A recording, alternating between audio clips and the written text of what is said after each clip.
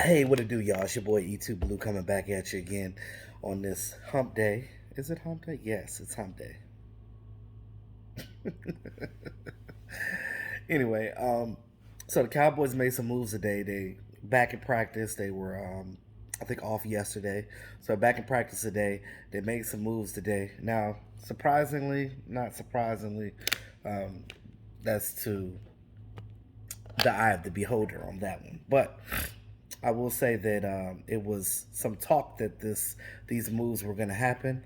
Um, they were going to cut these vets if they didn't get trades for them, but nobody's trading for these guys because neither one of their production this year was good enough for anybody to want. So that being said, the Cowboys released Dontari Poe, defensive tackle, and cornerback Daryl Worley today. They're gone. And I'm pretty sure the fan base ain't really tripping right now because of the simple fact that they didn't produce pretty much this year. Now, if you add Everson Griffin in there, if you were going to keep one of those, I would have kept Everson Griffin because he actually had some production for the Cowboys this year. I think that having him on a team, if Nolan could have used these guys properly, I think that him and Lawrence and Alden together could have made some noise at defensive end. Like I really liked Everson. I don't know why they got rid of him, but if you were going to do that, they could have re-signed him and did something with him next year. But I don't know. Maybe there was some talks going on in the background. Maybe some guys were like, "I don't want to be here no more. I'm done." Because Dontari Poe literally played like he didn't give a damn. Because I think the last 3 games he had zero stats, like no stats, no tackles, no quarterback pressures, none of that. Like in the last 3 games at all. So, but that's your only job in the middle to hold up, to make sure that middle don't collapse, um, and that run game doesn't tear you up in the middle, and get tackles and get pressures. That's what you do. That's all you do at that position. You're not even really a pass rusher. You're clogging and containing at that point. But he couldn't even do that well because there've been many times in the games we sit here and be like, where the hell is Dontari Poe? I was out in the field working yesterday, and I was talking to this one random guy that happens to be a Cowboy fan too, and he was like, "Is Dontari hurt?" I was like, "Nah, he was playing." That's how bad it is. He thought he was hurt.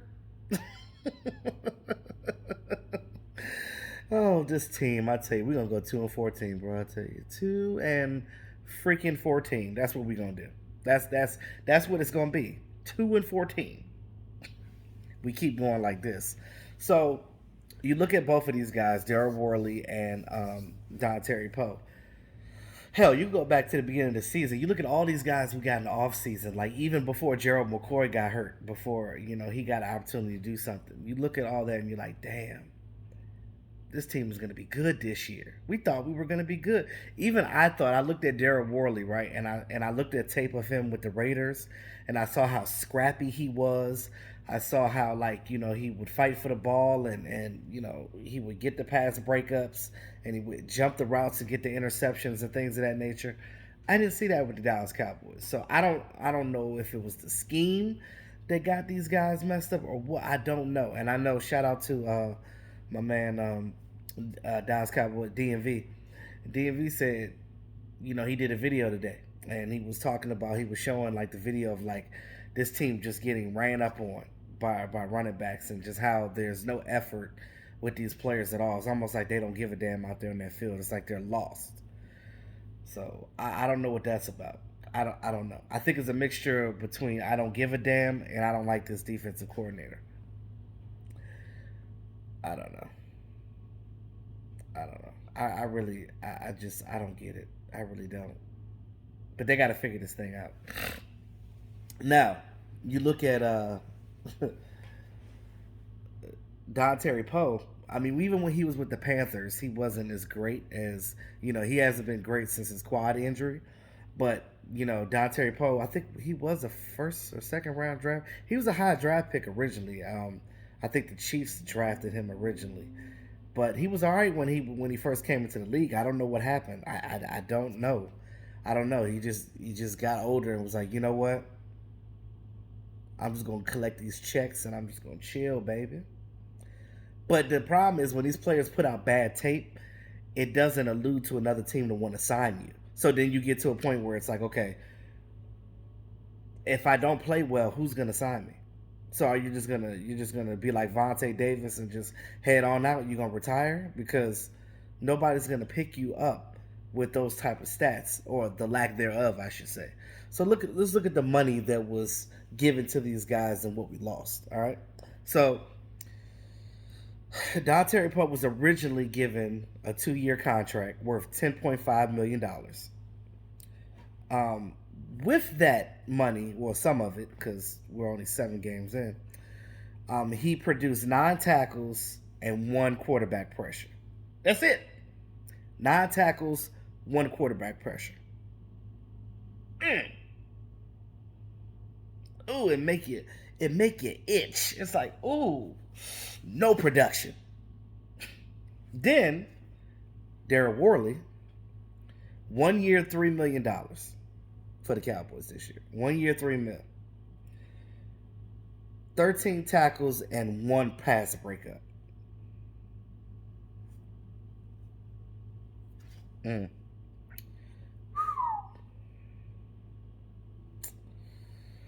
Yeah,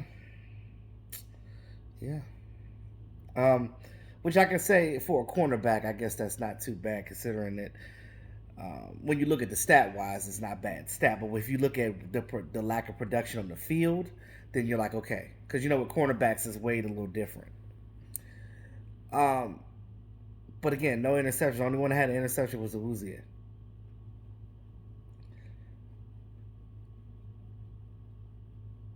If you want to add Everson Griffin in there, even though we just traded him to the Lions, you add him in there.